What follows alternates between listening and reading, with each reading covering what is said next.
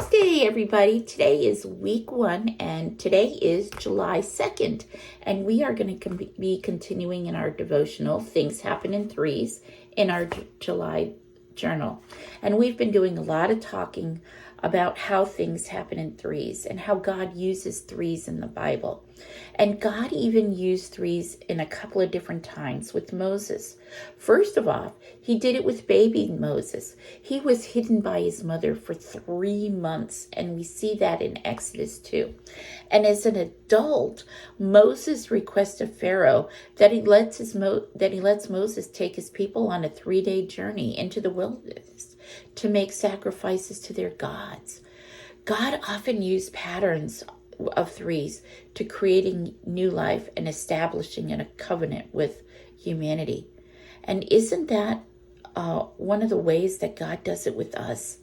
We'll be praying for something and we don't get it immediately that day, and then suddenly it happens. Was that suddenly in a period of time?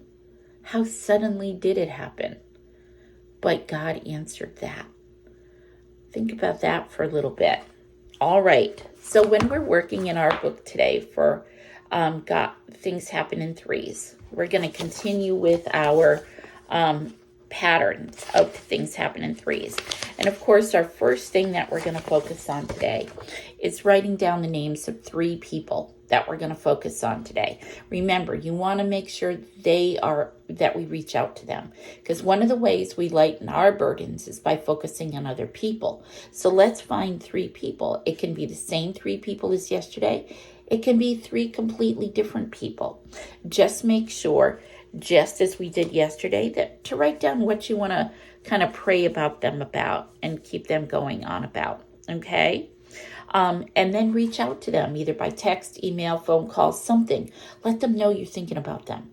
Remember, when you're in the miry work, don't you like to know that you're not alone?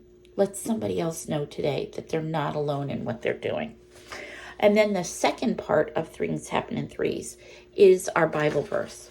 Now, we tend to remember and keep God's word in our heart when we do it in 3 ways. When we read it, when we write it, and when we say it. So let's do that each day. So today's Bible verse happens to be Psalm 91, verses 1 through 2. Whoever dwells in the shelter of the Most High will rest in the shadow of the Almighty. I will say of the Lord, He is my refuge and my fortress, my God in whom I trust.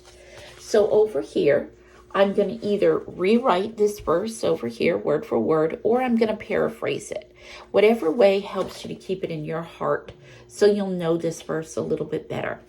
And then down here, please write that verse and how it applies to you. Sometimes a verse is just going to hit you in a new way that you've never seen before, have new meaning to you. Write down what that new meaning is over here. Some days a verse is just a verse. Write that down over here too. You never know how a verse is going to strike a chord with you. And then on the next page, I have 2 pages of notes.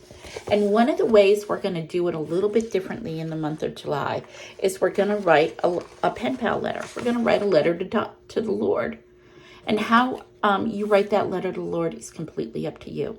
And as you can clearly see, I had to add a PS yesterday. So write that letter to the Lord. Share your burden with the Lord. Sometimes when things are getting up in our head or we're going through a situation, we don't know how to deal with that situation. Sometimes we find that situation lightened by sharing it with the Lord. Go ahead and do that in a letter to the Lord. You don't need to be so transparent that you tell 27 different people. Sometimes sharing it with the Lord in a letter is going to help you be that transparent. So let's do that this month. All right, guys. Well, it was great catching up with you today, and I'm looking forward to catching up with you tomorrow. Have a great Tuesday, everybody. Bye-bye.